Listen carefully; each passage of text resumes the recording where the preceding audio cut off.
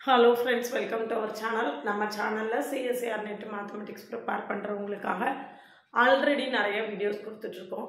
இன்னைக்கு உண்மையிலேயே CSIR NET pass ஆக முடியுமா முடியாதா? ஏன் எல்லாருக்கும் இவ்ளோ ஸ்ட்ரகிள்ஸ்? அந்த ஸ்ட்ரகிள்ஸை எப்படி ஓவர்கம் பண்றது? இது போக நம்மளோட சக்சஸ் ரேட் என்ன? இதை தான் நான் இன்னைக்கு டிஸ்கஸ் பண்ண போறேன். ஓவரால் தமிழ்நாடு சக்சஸ் ரேட் என்ன? ஓவரால் இந்தியா சக்சஸ் ரேட் என்ன, நம்ம அகாடமியோட சக்சஸ் ரேட் என்ன, இது எல்லாத்தையுமே உங்ககிட்ட டீட்டெயில்டாக டிஸ்கஸ் பண்ண போகிறேன். அதுக்கு முன்னால் நீங்கள் சேனலுக்கு நியூவாக இருந்தீங்கன்னா சப்ஸ்கிரைப் பண்ணிக்கோங்க, ஃப்ரெண்ட்ஸ்க்கு ஷேர் பண்ணுங்கள். ஒரு Telegram group, WhatsApp channel, Insta account link கொடுத்துருக்கேன், ஜாயின் பண்ணிக்கோங்க. நம்மளை தொடர்ந்து ஃபாலோ பண்ணிங்கன்னா நம்மளுடைய அப்டேட்ஸ் உங்களுக்கு உடனே கிடைக்கும். நம்மளுடைய பழைய வீடியோஸ்லாம் பார்க்கலன்னா கமெண்ட்லேயும் டிஸ்கிரிப்ஷன் லிங்க் இருக்குது. CSIR NET மேத்தமெட்டிக்ஸ்னு தனியாக பிளேலிஸ்ட் வச்சுருக்கேன். அல்ஜிப்ரா அனாலிசிஸ், காம்ப்ளெக்ஸ் அனாலிசிஸ்னு வெரைட்டிஸ் ஆஃப் பிளேலிஸ்ட் இருக்குது. பிளேலிஸ்டெல்லாம் ஒருவேளை நீங்கள் செல்ஃபாக ப்ரிப்பேர் பண்ணிட்டு இருந்தீங்கன்னா யூஸ் பண்ணிக்கோங்க. அல்லது நம்ம கிளாஸில் ஜாயின் பண்ணணும் அப்படின்னு நினச்சிங்கன்னா அந்த பிளேலிஸ்டெல்லாம் வாட்ச் பண்ணிவிட்டு நீங்கள் கம்ஃபர்டபுளாக ஃபீல் பண்ணிங்கன்னா காண்டாக்ட் பண்ணுங்கள். பார்த்தீங்கன்னா ஏன் CSIR NET இவ்வளோ டஃப்பாக இருக்குது, எதனால் CSIR NETல இவ்வளோ ஸ்ட்ரகிள்ஸு, அதிகம் பேர் ப்ரிப்பேர் பண்ணுறதுக்கு தயாராகவே மாட்டேங்கிறாங்க. அப்படியே ப்ரிப்பேர் பண்ண ஆரம்பித்தாலும் அந்த கண்டென்ட்டோட அந்த லோடு தாங்க முடியாமல் பின்னங்கால் பெடரில் அடிக்கிறதுக்கு அடிக்கிற மாதிரி எல்லாரும் ஓடி தான் போகிறாங்க. எத்தனை பேர் கண்டினியூஸாக கடைசி வரை படிக்கிறாங்க அப்படின்னு கேட்டிங்கன்னா வெகு சிலர் தான் படிக்கிறாங்க. ஓவராலாக இந்தியாவில் CSIR NET மேத்தமெட்டிக்ஸோட சக்ஸஸ் ரேட் என்ன அப்படின்னு பார்த்தீங்கன்னா 4 to 5% தான். 4%, 100க்கு 4 பேர் ஆல் இண்டியா லெவலில் பாஸ் ஆகுறாங்க. தமிழ்நாட்டில் எவ்வளோ பாஸ் ஆகுறாங்கன்னா கிட்டத்தட்ட அதே மாதிரி. ஓவரால் இந்தியா அதே இருக்குன்னா அது ஆல்மோஸ்ட் அந்த 3 to 4% நம்ம தமிழ்நாட்டிலையும் பாஸ் ஆகும். 100க்கு 4 பேர் தான் பாஸ் ஆகிற கண்டிஷன் இன்னைக்கு வரைக்கும் இருந்துகிட்ருக்கு. இது என்னுடைய பழைய வீடியோஸ்லாம் நீங்கள் பார்த்துருந்தீங்கன்னா தெரியும். பல வீடியோஸில் நான் சொல்லியிருப்பேன், நீட்டுக்கும் நெட்டுக்கும் பெரிய வித்தியாசமே இல்லை. நீட் பரவலாக நாடு முழுவதும் ஒரு பேசு பொருளாக இருக்குது, நெட்டு பேசு பொருளாக இல்லை, அவ்வளோதான் வித்தியாசம். ஏன் நீட் பேசு பொருளாக இருக்குது, ஏன் நெட்டு பேசு பொருளாக இல்லை அப்படின்னா நீட்டில் பெற்றோரும் சம்மந்தப்படுறாங்க, நெட்டில் அந்த கேண்டிடேட் மட்டும்தான் சம்மந்தப்பட்டிருக்காங்க. பேரண்ட்ஸுக்கு அதனுடைய இம்பேக்ட் தெரியாது, அதனால அது பெரிய அளவில் பேசப்படலை அப்படிங்கிறது தான் உண்மை. நான் பல வீடியோஸில் சொல்லியிருக்கேன். UPSC ப்ரிப்பேர் பண்ணுறவங்க என்ன மாதிரி ப்ரிப்பேர் பண்ணுவாங்கன்னு நீங்கள் யூடியூப்பில் சர்ச் பண்ணி பாருங்கள்.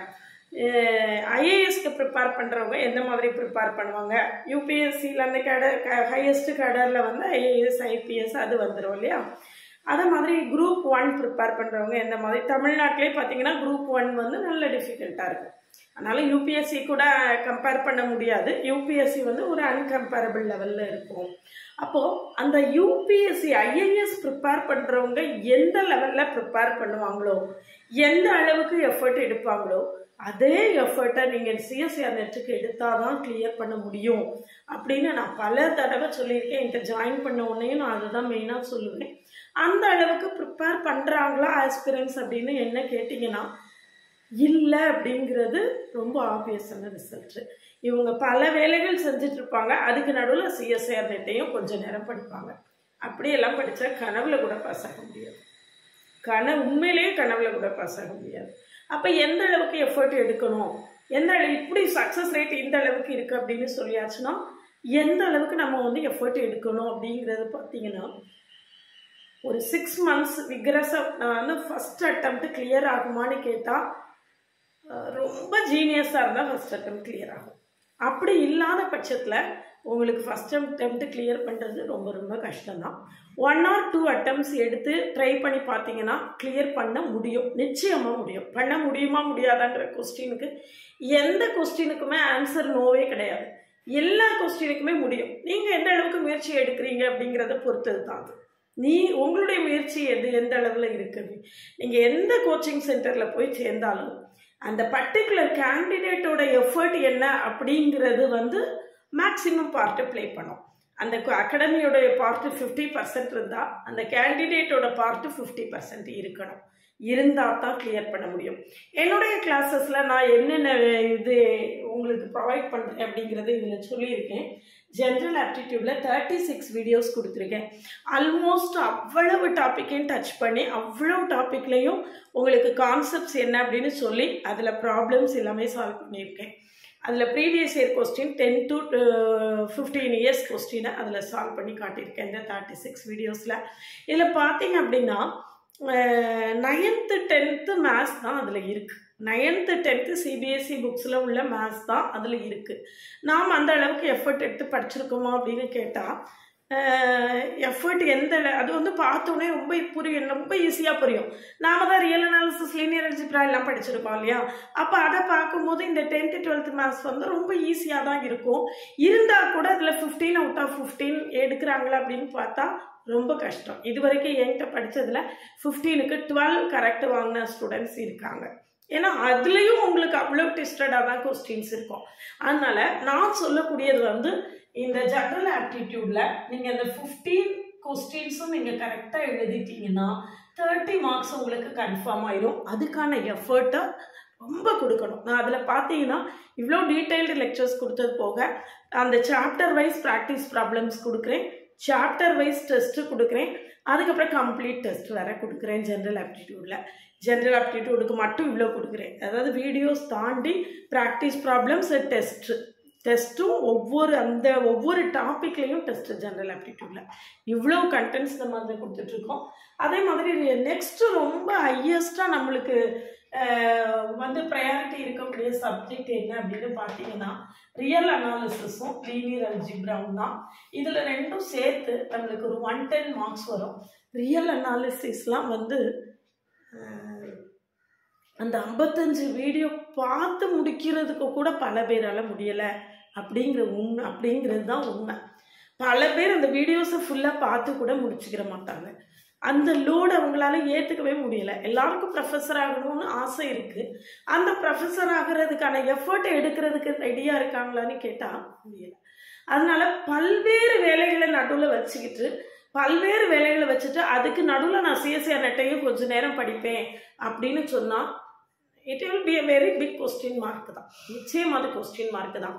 அதனால ஒரு 6 months ஒரு 10 hours கண்ணை மூடிக்கிட்டு இதை தவிர வேற எந்த வேலையுமே கிடையாது எனக்கு அப்படின்னு நீட்டுக்கு படிக்கிற பிள்ளைங்க மாதிரி, யூபிஎஸ்சிக்கு ப்ரிப்பேர் பண்ணக்கூடிய கேண்டிடேட்ஸ் மாதிரி முழு நேரமாக உட்காந்து படிச்சிங்க அப்படின்னா தான் கொஞ்சம் அதை அச்சீவ் பண்ண முடியுமா அப்படின்னு யோசிக்கவாவது முடியும். லீனியர் அல்ஜிப்ரா ரியல் அனாலிசிஸில் நம்மளுக்கு 110 மார்க்ஸ் இருக்குது. பட் அந்த கான்செப்ட்ஸில் வந்து திணற தான் செய்கிறாங்க. அதாவது அந்த தியரி பார்ட்டு கொடுத்துருப்பேன், இந்த தியரி பார்ட்டு கான்செப்ட்ஸ் எல்லாம் நல்லா மெமரைஸ் ஆகணும். அது போக நம்ம ப்ராப்ளம்ஸ் போடும்போது தியரி பார்ட்டில் நான் அந்த கான்செப்ட்ஸ் எல்லாம் சொல்லி எக்ஸ்பிளைன் பண்ணி தான் ப்ராப்ளம்ஸ் போடுறேன். இதில் வந்து டீட்டெயில்டு கான்செப்ட் லெக்சர்ஸ் இருக்கும். ஒரு 10 years ப்ரீவியஸ் இயர் கொஸ்டினாக சால்வ் பண்ணியிருப்பேன். இதெல்லாம் போக இது போக நோட்டிஃபிகேஷன் வந்ததுக்கப்புறம் லைவ் செஷன் கொடுக்குறேன். என்கிட்ட படிச்சுட்டு இருக்கிறவங்க எல்லாருக்குமே தான் சொல்கிறேன், லைவ் செஷன் கொடுத்தா 2 பேர் 3 பேர் வருவாங்க. நான் என்னுடைய வேல்யூபிள் டைமை ஸ்பெண்ட் பண்ணி நான் லைவ் செஷன் கொடுக்கும்போது அந்த லைவ் செஷன் எஃபெக்டிவாக இருக்கணும் அப்படின்னு நான் எதிர்பார்க்குறேன். ஆனால் லைவ் செஷன் எனக்கு ஏதோ நான் உங்களுக்கு கடன் பட்ட மாதிரி நான் லைவ் செஷன் கொடுப்பேன். அங்கே அட்டன் பண்ணுறவங்க பார்த்தீங்கன்னா நான் ஒரு கையில் எண்ணக்கூடிய ஆட்கள் தான் இருப்பாங்க. 5 பேர் 4 பேர் 3 பேர். அப்போ மற்றவங்களாம் என்ன செய்வாங்க, ஏன் வரமாட்டாங்க தெரியாது. கேட்டால் பதில் சொல்ல மாட்டாங்களே யாருமே தான். அவங்களுக்கெல்லாம் ஏதோ கொம்பு முளைச்சிருக்கு இல்லையா? அப்போ இப்படியெல்லாம் படித்தா கிளியராக பண்ண முடியாது. இப்படியெல்லாம் படித்தா கனவுல கூட கிளியர் பண்ண முடியாது. இதெல்லாம் தாண்டி நான் வந்து 2022 வரைக்கும் உள்ள கொஸ்டின்ஸை ரெக்கார்டடாக கொடுத்துருக்கேன். 2012லேருந்து 2022 வரைக்கும் உள்ள கொஸ்டின்ஸை நான் ரெக்கார்டடாக கொடுத்துருக்கேன். அதுக்கு பிறகு வந்த கொஸ்டின்ஸை லைவ் செஷனில் சால்வ் பண்ணுவேன் அப்படின்னு சொல்லிட்டு நான் சால்வ் பண்ணி நான் ரெடி பண்ணி வச்சுருக்கேன். லைவ் செஷனுக்கு அதிகம் பேர் ஆப்சண்ட் வர்றதே 2 பேர் 3 பேர் தான் வருவாங்க. இப்படி இருக்கும்போது எப்படி சிஎஸ்சிஆர் நெட்டை கிளியர் பண்ண முடியும் அப்படின்னு கேட்டால் திரும்பவும் நான் சொல்கிறேன், இந்த மாதிரியெல்லாம் படித்தா கனவுல கூட கிளியர் பண்ணவே முடியாது. அதனால் ஒரு 10 hours ஒரு 6 months உட்காந்து படிக்கணும். இல்லை எனக்கு அதுக்கு டைம் இல்லை அப்படின்னா ஒரு 5 hours தினம் படிச்சிங்கன்னா ஒரு அட்டெம்ப்ட் இல்லாட்டாலும் 2வது அட்டெம்ப்டில் நிச்சயமாக கிளியர் ஆகும். நான் கொடுக்கக்கூடிய கண்டென்ட் மொத்தத்தையும் ப்ராக்டிஸ் பண்ணிட்டீங்க. இது ப்ராக்டிஸ் பண்ணிட்டு எல்லாமே முடிச்சுட்டேன். ஏன்னா எல்லா இதுலேயுமே டாபிக் வைஸ் டெஸ்ட் கொடுக்குறேன், யூனிட் வைஸ் டெஸ்ட் கொடுக்குறேன், அதுக்கப்புறம் கம்ப்ளீட் டெஸ்ட் கொடுக்குறேன். கொடுக்குற டெஸ்ட்டை எத்தனை பேர் அட்டென்ட் பண்ணுறாங்கன்னு கேட்டால் ஒருத்தர் 2 பேர் 3 பேர் அவ்வளோதான். ஒரு பேட்சுக்கு ஒரு ஆள் 2 பேர் அப்படி தான் கொடுக்கக்கூடிய அவ்வளோ டெஸ்ட். இந்த தடவைலாம் எக்ஸாம் எழுதும் போது எனக்கு ரொம்ப வருத்தம் தான். நிறைய கேண்டிடேட்ஸை நான் ஓடியும் மட்டும் தான் பார்த்துருக்கேன். நான் வந்து லீனியர் அல்ஜிப்ராவும் ஓடியும் மட்டும் பார்த்துருக்கேன், ஜென்ரல் ஆப்டிடியூட் மட்டும் பார்த்துருக்கேன். இப்படி சொன்னால் எப்படி கிளியர் பண்ண முடியும்? இப்படியெல்லாம் படித்தா கிளியர் பண்ணவே முடியாது. நான் சொல்லக்கூடியது இது அவ்வளோத்தையும் படித்தது போகவும் ஒரு ஒரிஜினாலிட்டி வேணும். எந்த கான்செப்ட் கொடுத்தாலும் அதை ஃபேஸ் பண்ணுற அளவுக்கு நாம் தயாராக ஒரிஜினலாக ரெடியாக இருக்கணும். அப்படியெல்லாம் படித்தா தான் கிளியர் ஆகும். அட்லீஸ்ட் நான் கொடுத்த கண்டென்ட்டையாவது படிச்சிருக்காங்களா அப்படின்னு கேட்டால் கொஸ்டின் மார்க் தான். அவங்க 100% கண்டென்ட்டை படித்து முடித்து கொடுக்கக்கூடிய அத்தனை டெஸ்டிங்கை ஒர்க் பண்ணி அவங்க டெஸ்ட்டு கொடுங்க. நான் கொடுக்குறது ஒரு ஸ்டேஜில் நிறுத்தவே செய்திருவேன். ஏன்னா கொடுத்த முதல் டெஸ்ட்டே எழுதிட மாட்டாங்க. நான் 10வது டெஸ்ட்டு 12வது டெஸ்ட்டுன்னு கொடுத்து என்ன பிரயோஜனம்? எந்த ரிஃப்ளெக்ஷனும் இல்லாமல் நம்ம பாட்டு கொடுத்துட்டே இருக்கிறதுல எந்த பிரயோஜனமுமே இருக்காது. அதனால் இப்போ வரைக்கும் ஃபுல் போர்ஷனையும் கம்ப்ளீட் பண்ணி போய் எக்ஸாம் எழுதின கேண்டிடேட்ஸ் அப்படின்னு பார்த்தோன்னா விரல் விட்டு எண்ணக்கூடிய நபர்கள் தான். நம்மக்கிட்ட படிக்கிறதே ரொம்ப குறைவான நபர்கள் தான். அதுலேயும் மிக குறைவான நபர்கள் தான் ஃபுல் எஃபர்ட் எடுக்கிறாங்க. அந்த எஃபர்ட்டும் நான் எதிர்பார்க்குற லெவலில் இருக்கான்னு கேட்டால் நிச்சயமாக இல்லை. எனக்கு தெரிஞ்ச ஒருத்தர் ஹிந்தி, தமிழ் கிடையாது, அவர் ஹிந்தியில் எடுத்துட்ருக்காரு. அவர் வந்து அவர்கிட்ட வந்து 5000 6000 மெம்பர்ஸ் படிப்பாங்க அப்படின்னு சொல்கிறார். 5000 to 6000 மெம்பர்ஸ் படிச்சுட்டு இருக்காங்க என்கிட்ட சிஎஸ்சிஆர் நெட்டுன்னு சொல்கிறாங்க. அவர் சேனல் உள்ள போய் பார்த்தீங்கன்னா சக்ஸஸ் ஸ்டோரி வந்து 10 பேர் இருக்குது. அப்போ 5000 பேருக்கு 10 பேர் பாஸ் ஆகுறாங்கன்னா பாசிங் பர்சன்டேஜ் என்ன அப்படின்னு நீங்கள் பார்த்துக்கோங்க. நான் பார்க்க வேண்டாம், நீங்கள் பார்த்துக்கோங்க. நம்மக்கிட்ட இதுலேருந்து 1% ஆட்கள் கூட 1% 10% ஆட்கள் தான் நம்மக்கிட்ட படிப்பாங்க. அந்த 10% ஆட்கள் 10%லேருந்து ஒரு 1% ஆட்கள் தான் நம்மள்கிட்ட படிப்பாங்க. 1% ஆட்கள் ஒரு பேட்சுக்கு 10 பேர் 20 பேர் எக்ஸாம் எழுத போவாங்க ஒரு பேட்சுக்கு. அந்த 10 பேர் 20 பேரில் ஒருத்தர் கூட நான் எதிர்பார்த்த கண்டென்ட்டை கம்ப்ளீட்டாக படிச்சுட்டு போகலை. இது வரைக்கும் நான் எதிர்பார்க்குற லெவலில் படிச்சுட்டு இது வரைக்கும் போகலை. இப்படி இருக்கக்கூடிய லெவலில் உங்களுடைய சக்ஸஸ் ரேட் என்னென்னா, I want to be very open. CSIR NET மேத்தமெட்டிக்ஸை பொறுத்த வரைக்கும் எங்கிட்ட படித்து இது வரைக்கும் யாரும் பாஸ் ஆகலை. IIT JAM, UG, TRB, GATE எல்லாம் பாஸ் பண்ணியிருக்காங்க. என்னுடைய சேனல் உள்ள போய் சக்ஸஸ் ஸ்டோரியில் பாருங்கள் தெரியும். அதனால் நீட் எவ்வளவு கஷ்டமோ அதுக்கு எள்ளளவும் குறைவில்லாமல் நெட்டு கஷ்டம். ஆனால் நீட்டுக்கு பிள்ளைங்க போடக்கூடிய அந்த எஃபர்ட்ஸை நீங்கள் சிஎஸ்சிஆர் நெட்டுக்கு போடுறீங்களான்னு கேட்டால் அப்சல்யூட்லி நோ. எனக்கு நீட்டு படிச்சுட்டு இருக்கக்கூடிய பல பிள்ளைங்களே தெரியும் எந்த மாதிரி படிச்சுட்டு இருக்காங்கன்னு சொல்லி. ஜேஇக்கு படிச்சுட்டு இருக்கக்கூடிய பல ஸ்டூடெண்ட்ஸும் தெரியும் என்ன மாதிரி படிச்சுட்டு இருக்காங்கன்னு சொல்லி. அந்த ஏஜில் அவங்களால படிக்க முடியும், இந்த ஏஜில் அவங்களால படிக்க முடியாது, அப்படி இப்படியெல்லாம் சொல்லக்கூடாது. நம்மளுக்கு கிளியர் பண்ணணும்னா அதுக்கான எஃபர்ட்டை நம்ம எடுத்து தான் ஆகணும். அது நம்ம எடுக்கிறோமான்னு கேட்டால் நிச்சயமாக இல்லை அப்படின்னு தான் நான் சொல்லுவேன். நான் சொல்கிறேன் டெய்லி 10 hours படிங்க, ஒரு 6 months 10 hours படிங்க, அதுக்கப்புறம் கிளியர் பண்ணலைன்னா சொல்லுங்க அப்படின்னா அப்படி யாருமே இது வரைக்கும் படிக்கவில்லை. அப்படி படித்தா அதனை கிளியர் பண்ண முடியும். அந்த எஃபர்ட் இதை தாண்டி ஒரு ஒரிஜினாலிட்டி இருக்கணும். ரியலாக ஒரு சீக்வன்ஸை கொடுத்து சால்வ் பண்ணுன்னு சொன்னால் ஓனாக சால்வ் பண்ண தெரியணும். ஒரு சீரீஸை கொடுத்து இது கன்வர்ஜென்டா டைவர்ஜென்டானு கேட்டால் ஓனாக செய்ய தெரியணும். நான் கொடுத்த கண்டென்ட்டை மட்டும் படிச்சிருப்பேன், நான் என்ன திரும்ப புதுசாக ஒரு கொஸ்டினை கேட்டால் எனக்கு சால்வ் பண்ண தெரியலை அப்படின்னு சொல்லியாச்சுன்னா செல்ஃபாக எந்த ப்ராப்ளம் கொடுத்தாலும் சால்வ் பண்ணுற அளவுக்கு உங்களுடைய எஃபிஷியன்சியை நீங்கள் டெவலப் பண்ணிக்கிட்டீங்க அப்படின்னா மட்டும்தான் சிஎஸ்சிஆர் நெட்டை பாஸ் பண்ண முடியும். அதை எப்படி டெவலப் பண்ணிக்கிறது அப்படின்னா வேரியஸ் ப்ராப்ளம் சால்வ் பண்ணுறது மூலமாக நிச்சயமாக அந்த எஃபிஷியன்சி டெவலப் ஆகும். அதை நீங்கள் பண்ணினீங்கன்னா நிச்சயமாக பாஸ் ஆகலாம். சிஎஸ்சிஆர் நெட் பாஸ் ஆக முடியாது அப்படின்னே இல்லை. அதுக்கான எஃபர்ட்டை நீங்கள் போடுவீங்களா, அந்த டைமை நீங்கள் ஸ்பெண்ட் பண்ணுவீங்களா, முழு நேரமாக உட்காந்து டெடிக்கேட்டடாக படிப்பீங்களா, அப்படின்னா மட்டும்தான் சிஎஸ்சிஆர் நெட்டை கிளியர் பண்ண முடியும். அதனால் இப்போவும் நான் ரொம்ப நம்பிக்கையோட கிளாஸ் எடுத்துட்ருக்கேன். நிச்சயமாக கிளியர் பண்ணுவாங்க. லாஸ்ட் டைம் ஒரு பொண்ணு கிளியர் பண்ணுவாங்க எதிர்பார்த்தேன். கடைசி நேரத்தில் ஏதோ பர்சனல் ப்ராப்ளம் அவங்க படிக்கிறதே நிறுத்திட்டு போயிட்டாங்க. என்ன பர்சனல் ப்ராப்ளம் நம்ம கேட்குறது வழி கிடையாது. That is none of my business. அப்படி விட்டுட்டு போகிறது.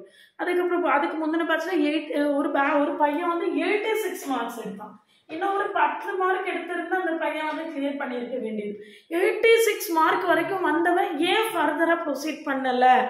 ஏன் அடுத்தது டைம் எழுதி இன்னும் ஒரு தடவை எழுதுனா கிளியர் பண்ண முடியுமே அப்படின்னு இன்னும் ஒரு தடவை எழுதலைன்னு கேட்டால் எனக்கு வந்து அது அந்த கேண்டிடேட்லேயே பதில் சொல்லணும், நான் எப்படி பதில் சொல்கிறது? அதனால் என்கிட்ட படித்து ஒரு எபோவ் 50லேருந்து 86 மார்க் வரைக்கும் எடுத்தவங்களுடைய எண்ணிக்கை மிக அதிகமாக இருக்குது. ஆனால் இன்னும் ஒரு 10 மார்க் எடுத்தால் பாஸ் ஆகிடலாமே அப்படிங்கிற எஃபர்ட்டை எடுக்கிறதுக்கு இது வரைக்கும் படித்தவங்களால இன்னும் ஒரு 10 மார்க் எடுக்கிறதுக்கு படிக்க முடியாதா அப்படின்னு கேட்டால் ஏன் பாதியில் ஏன் ட்ராப் பண்ணிட்டு போகிறாங்க அப்படின்னு தெரியல. அவங்களுடைய ஃபேமிலி சுச்சுவேஷன் என்னன்னு நம்மளுக்கு தெரியாது. இந்த மாதிரியான நிலைமையில் CSIR net is more and more difficult தான். அதை இல்லைன்னு சொல்லவே மாட்டேன். என்னுடைய ஒவ்வொரு வீடியோவும் எடுத்து பாருங்கள். நீங்கள் இந்த எஃபர்ட் போட தயாராக இருக்கீங்களா? நீங்கள் இந்த அளவுக்கு டெடிக்கேட்டடாக ஒர்க் பண்ண தயாராக இருக்கீங்களா? அப்படின்னா மட்டும்தான் நெட்டை கிளியர் பண்ண முடியும். யூபிஎஸ்சிக்கு ஈக்குவலாக ஒரு டஃப்பான ஒரு ஏரியா.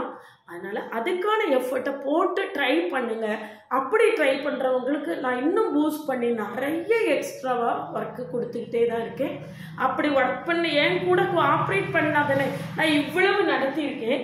இதில் வந்து நான் லீனியர் அல்ஜிப்ராவையும் ஓடியையும் நான் வந்து ஜெனரல் ஆப்டிடியூடையும் மட்டும் படிச்சுட்டு எக்ஸாம் போவேன்னு சொன்னால் how it is possible? இதில் ரொம்ப முக்கியமான விஷயம் என்னன்னா, இந்த ஜெனரல் ஆப்டிடியூடு அதுக்கடுத்து இந்த ODE PDE calculus of variation இது மட்டும் படிச்சிங்க அப்படின்னாலே இதில் ஒரு 50 மார்க்ஸ் இருக்குது. இந்த ஜெனரல் ஆப்டிடியூட்ல ஒரு 30 மார்க்ஸ் இருக்குது. 80 மார்க்ஸ் வந்துடுது. இந்த 80 மார்க்ஸை ஸ்கோர் பண்ணுறது ரொம்ப ரொம்ப ஈஸி. ஏன்னா இது ஃபுல்லாக அப்ளைடு மேத்தமெட்டிக்ஸ். நிறைய ப்ராப்ளம்ஸ் ஈஸியான டிஃப்ரென்ஷியேஷன் இன்டகிரேஷன் ரிலேட்டடாக உள்ள ப்ராப்ளம்ஸ். இதை கான்சன்ட்ரேட் பண்ணாங்கன்னா 50க்கு 50 வாங்க முடியும். இதே லீனியர் அல்ஜிப்ரா ரியல் அனாலிசிஸில் அந்த அளவுக்கு வாங்க முடியுமான்னு கேட்டால் அது அவரவருடைய கேப்பபிலிட்டியை பொறுத்ததுன்னு சொல்லுவேன். இது வந்து அப்படி கிடையாது. கொஞ்சம் ஹார்ட் ஒர்க் பண்ணால் நிச்சயமாக எடுக்க முடியும். லீனியர் அல்ஜிப்ராவில் செலக்ட் பண்ண முடியும். இந்த ப்ராப்ளம்னே செலக்ட் பண்ணி ஒர்க் பண்ண முடியும். அதனால் 4.75 இதுதான் கேட்பாங்க இதுதான் கேட்பாங்கன்னு நம்ம செலக்ட் பண்ணி ஒரு 4 ப்ராப்ளத்தை அட்டன் பண்ணால் போதும். ரியல் அனாலிசிஸில் சீக்வன்சஸ் அண்ட் சீரீஸ் மட்டும் படிச்சுட்டு போனீங்கன்னா நிச்சயமாக 2 அல்லது 3 கொஸ்டின் அட்டன் பண்ண முடியும். அப்போது இதில் நம்ம இதில் 30 out of 30 எடுத்துட்டோம். இதில் நம்ம 50 out of 50 எடுக்கிறதுக்கான மேக்ஸிமம் முயற்சியும் பண்ணி எடுத்துட்டோம் அப்படின்னு சொல்லியாச்சுன்னா அதுக்கப்புறம் ரியல் அனாலிசிஸ் லீனியர் அல்ஜிப்ராவில் கொஞ்சமாக படித்து அழகாக மார்க் எடுத்து நிச்சயமாக கிளியர் பண்ண முடியும். ஆனால் அந்த எஃபர்ட்டை எடுக்கிறதுக்கு ஆஸ்பிரன்ஸ் தயாராக இல்லை அப்படின்னு தான் நான் டிக்ளேர் பண்ணுவேன். ஏன்னா இது வரைக்கும் நான் எதிர்பார்த்த ஒரு எஃபர்ட் எடுத்து அந்த ஹார்ட் ஒர்க் பண்ணி யாருமே படிக்கலை. அப்படி படிச்சிங்கன்னா நிச்சயமாக கிளியர் பண்ண முடியும். அந்த மாதிரி ஹார்ட் ஒர்க் பண்ணுறதுக்கு நீங்கள் ரெடியாக இருக்கீங்கன்னா உங்களை கிளியர் பண்ணுற வைக்கிறதுக்கு நான் ரெடியாக இருக்கேன். அதுதான் முக்கியம். இங்கே இப்போ ஒரு கேர்ள் ரொம்ப நல்லா பண்ணிட்டு இருக்கா. இந்த தடவை நிச்சயமாக அவள் கிளியர் பண்ணிடுவா அப்படின்னு எதிர்பார்த்துட்டு இருக்கேன். கடவுள் புண்ணியத்தில் எந்த பிரச்சனைகளும் வந்து பாதியில் குவிட் பண்ணாமல் இருக்கணுமே அப்படிங்கிறது தான் என்னுடைய பிரார்த்தனை. இப்போ வரைக்கும் கொடுத்த வரைக்கும் ஒன்று கூட விடாமல் கரெக்டாக ப்ராப்பராக பண்ணிக்கிட்டு இருக்காங்க. அப்போ எவ்வளோ பேர் சேர்ந்ததில் ஒரு கேர்ள் பண்ணிகிட்டு இருக்கான்னு நான் சொல்லக்கூடிய நிலைமை தான் இருக்குது. இதில் என்ன முடிச்சிருக்கீங்கன்னு நான் டெய்லி ஒரு கொஸ்டின் பண்ணிகிட்டு இருப்பேன். அதுக்கு ஆன்சர் கூட பாதி பேர் போடவே மாட்டாங்க. அப்போ ஏன் அப்படின்னா அவங்களால இந்த வெயிட்டேஜை தாங்க முடியாமல் வெளியே போகிறாங்க அப்படின்னு தான் நான் சொல்லுவேன். இந்த வெயிட்டை தாங்க முடியல, இது ஓவர்லோடடாக இருக்குது அப்படிங்கிறது தான் என்னோட கன்க்ளூஷன். நீங்கள் வந்து யூனிவர்சிட்டி எக்ஸாமுக்கு படிக்கிற மாதிரி படித்தா சிஎஸ்ஐஆர் நெட்டு கனவுல கூட கிளியர் ஆகாது. யூனிவர்சிட்டி எக்ஸாம் படிக்கிறது வேறு, சிஎஸ்ஐஆர் நெட்டு வேறு. ரெண்டுத்துக்கும் சம்மந்தமே கிடையாது. போத் ஆர் டிஸ்ஜாயிண்ட் அப்படின்னு கூட நான் டிக்ளேர் பண்ணுவேன். அதனால் அந்த எஃபர்ட்டை போடுறதுக்கு யங்ஸ்டர்ஸால் நிச்சயமாக முடியும். நீங்கள் வந்து லேசான விஷயம் கிடையாது. 40,000 ரூபா ஸ்டைஃபன் கொடுக்குறாங்க. அந்த ஸ்டைஃபன் நம்ம நிச்சயமாக ரீச் பண்ணணும் அப்படின்னு நினச்சி அதுக்காக நீங்கள் ஒர்க் பண்ணிங்கன்னா நிச்சயமாக உங்களாலேயும் அச்சீவ் பண்ண முடியும். முடியாதது அப்படின்னு இந்த உலகத்தில் எதுவுமே கிடையாது. இவ்வளோத்துலேயும் ஒவ்வொன்றுலேயும் 100 கான்செப்ட்ஸ் இருக்கும். ஒவ்வொன்றுலேயும் 100 ஃபார்முலா இருக்கும். அது அவ்வளோத்தையும் படித்து வின் பண்ணுறதுக்கு ஒரே ஒரு ஃபார்முலா தான் hard work. Hard work never fails. முயற்சி தன் மெய்வருத்த கூலி தரும்னு சொல்லியிருக்காரு திருவள்ளுவர். அந்த முயற்சியை நீங்கள் எடுக்கிறீங்களா அப்படிங்கிறத உங்களுக்கு நீங்களே கேட்டுக்கோங்க. அந்த முயற்சியை உங்களால் எடுக்க முடியும் அப்படின்னா உங்களை பாஸ் பண்ண வைக்கிறதுக்காக நான் ஒரு மிக கடுமையான ஒரு தன்னம்பிக்கையோட இந்த பேட்ச் இல்லைன்னா அடுத்த பேட்ச், இந்த பேட்ச் இல்லைன்னா அடுத்த பேட்ச்னு மிக கடுமையான ஒரு தன்னம்பிக்கையோட நான் முயற்சி பண்ணிகிட்டே இருக்கேன். நிச்சயமாக நம்ம வெகு சீக்கிரத்தில் சிஎஸ்சிஆர் நெட்டில் நம்ம சக்ஸஸ் ஸ்டோரி ரிலீஸ் பண்ணுறோம். அதுதான் தி அல்டிமேட்டாக இருக்கும் நம்ம சேனலில். அதனால் யங்ஸ்டர்ஸுக்கு என்னுடைய வேண்டுகோள் தான், இன்னைக்கு இருக்கக்கூடிய சுச்சுவேஷனில் சிஎஸ்சிஆர் நெட்டை கிளியர் பண்ணி நீங்கள் வந்து ஹையர் லெவலுக்கு போய் ட்ரை பண்ணால் மட்டும்தான் இனிமேல் லைஃப் இருக்குது. மற்றபடி டீச்சிங் ப்ரொஃபஷனில் லோயர் லெவலில் இருக்கக்கூடிய லெவலில் நீங்கள் ட்ரை பண்ணிங்கன்னா உங்களுடைய லைஃப் வந்து இன்னும் லென்த்தியாக ஒரு கொஸ்டின் மார்க்கோடு போயிட்டுருக்கோம். அதனால் அந்த மாதிரி இல்லாமல் நல்ல எஃபர்ட் எடுத்து சிஎஸ்சிஆர் நெட்டை அட் த ஏர்லியஸ்ட் கிளியர் பண்ணணும் அப்படிங்கிற ஃபுல்ஃபில்மெண்ட்டோட நம்மக்கிட்ட ஜாயின் பண்ணி ப்ரிப்பரேஷனை ஸ்டார்ட் பண்ணுங்கள். நீங்கள் நம்மளுடைய பழைய வீடியோஸ்லாம் பார்க்கல அப்படின்னா கமெண்ட்லேயும் டிஸ்கிரிப்ஷன் லிங்க் கொடுத்துருக்கேன், போய் பார்த்துட்டு நம்மளுடைய கிளாஸஸ் நீங்கள் கம்ஃபர்டபுளாக ஃபீல் பண்ணிங்கன்னா காண்டாக்ட் பண்ணுங்கள். ஓவிஎம் ஆப்பை டவுன்லோட் பண்ணிக்கோங்க. அதில் previous year question prescribe book எல்லாமே கொடுத்துருக்கேன், நீங்கள் ஃப்ரீயாக டவுன்லோட் பண்ணிக்கலாம்.